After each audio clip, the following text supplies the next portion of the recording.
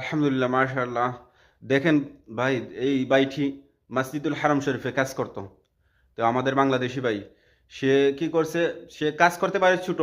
আমরা অনেকে মনে করি, যারা ছোট কাজ করে সৌদি আরবে, মনে করি যে সে আমার থেকে ছোট কাজ করে, সে আমার থেকে ছোট।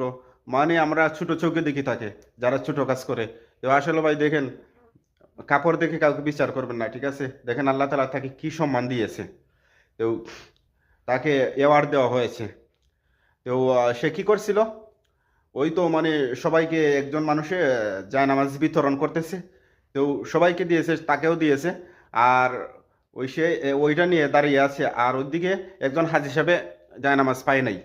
তো ওই হাজি সাহেবকে ডাক দিয়ে বলল যে, চাচা দেখেন, এই যে আমার হাতে জায়নামাজ আছে, এইটা নিয়ে নেন আপনি। তো মানবতা কাকে বলে তাদের কাছ থেকে শিখেন।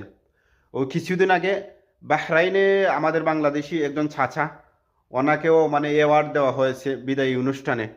তো আমাদের বাংলাদেশি আসলে এখনো মানবতা আছে বলেই মানে দুনিয়া টিকে আছে। ঠিক আছে, ভিডিওটি সবাই বেশি বেশি করে শেয়ার করে দেন।